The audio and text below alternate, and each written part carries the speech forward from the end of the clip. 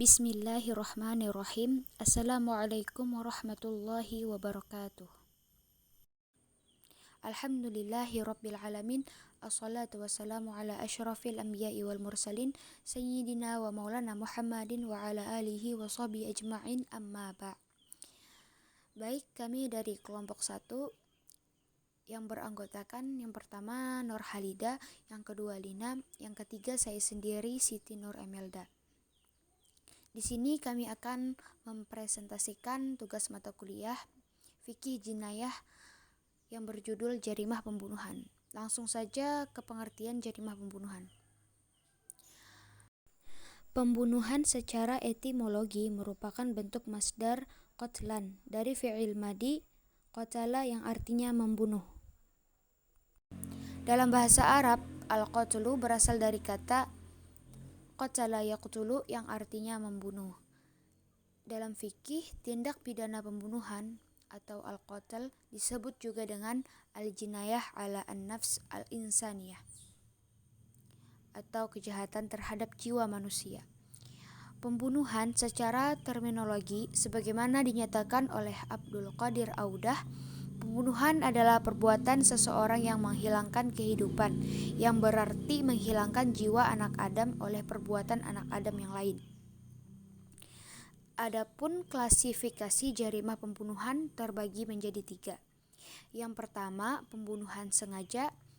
Yang kedua, pembunuhan semi sengaja. Dan yang ketiga, pembunuhan tersalah.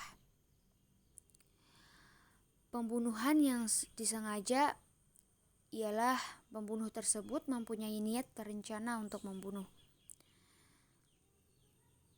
Lalu untuk pembunuhan semi sengaja di sini ialah pembunuhan yang dilakukan dengan tidak menggunakan alat yang dapat melukai atau tidak mematikan. Dan untuk pembunuhan tersalah ialah pembunuhan yang tidak direncanakan atau tidak ada niatan untuk membunuh. Sekian penyampaian dari saya, selanjutnya akan disampaikan oleh rekan kami, Nur Halida. Selanjutnya yaitu kisos. Secara literal, kisos merupakan kata turunan dari qassa yaqusu qassan wa qassasan, yang berarti menggunting, mendekati, menceritakan, mengikuti, dan membalas. Sedangkan secara istilah, Ibnu Mansur di dalam kitabnya, yaitu suatu hukuman yang ditetapkan dengan cara mengikuti bentuk tindak pidana yang dilakukan, seperti membunuh dibalas dengan membunuh. Selanjutnya rukun kisos. Dalam kasus pembunuhan ada 3, yaitu yang pertama adanya tindakan pembunuhan, kedua korban pembunuhan, ketiga pelaku pembunuhan. Selanjutnya syarat kisos. Orang yang terbunuh terpelihara darahnya atau orang yang benar-benar baik. Kedua, pembunuh sudah balik dan berakal. Ketiga, pembunuh bukan bapak atau orang tua dari terbunuh. Keempat, orang yang dibunuh sama derajatnya dengan orang yang dibunuh. Yang kelima, kisos dilakukan dalam hal yang sama. Selanjutnya, pemegang hak kisos. Dalam kasus pembunuhan, hukum kisos memberikan hak kepada keluarga korban untuk meminta hukuman mati kepada si pembunuh. Mustahik al-kisos diperkenankan atau mubah untuk meminta pembunuh dihukum kisos ketika mencukupi syarat-syaratnya. Mustahik al-kisos juga diperkenankan untuk melakukan perdamaian atau pemaafan, sedangkan yang paling utama adalah pemaafan lalu perdamaian. Baiklah, penyampaian selanjutnya akan dilanjutkan oleh saudari Lina. Baiklah, saya akan melanjutkan dari jatuhnya kisos. Kejahatan-kejahatan yang bisa menjatuhkan kisos dalam kejahatan Islam antara lain, yang pertama ada perbuatan zina, yang kedua ada perampokan dan subversi, dan yang ketiga ada pembunuhan yang menghilangkan nyawa orang lain dalam hal tidak mendapat kemaafan dari ahli waris. Yang keempat ada pengkhianatan terhadap agama atau murtad.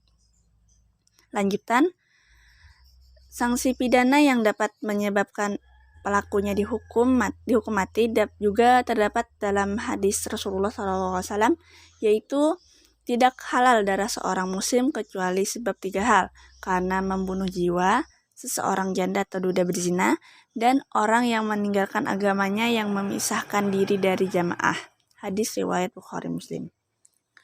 Yang terakhir ada hukuman kasus penganiayaan. Dalam hukum pidana Islam, penganiayaan termasuk kategori jarimah yang diartikan sebagai larangan-larangan syara dan diancam Allah dengan hukuman had atau ta'zir. Dan hukuman pelaku penganiayaan dalam hukum pidana Islam ada 2 tingkatan, yaitu hukum pokoknya adalah qisas, sedangkan hukuman penggantinya adalah diat. Sekian dari kami, kurang lebihnya mohon maaf. Dan jika ada yang ingin ditanyakan, silakan ditanyakan di grup WhatsApp. Salah khilaf mohon maaf. Wassalamualaikum warahmatullahi wabarakatuh.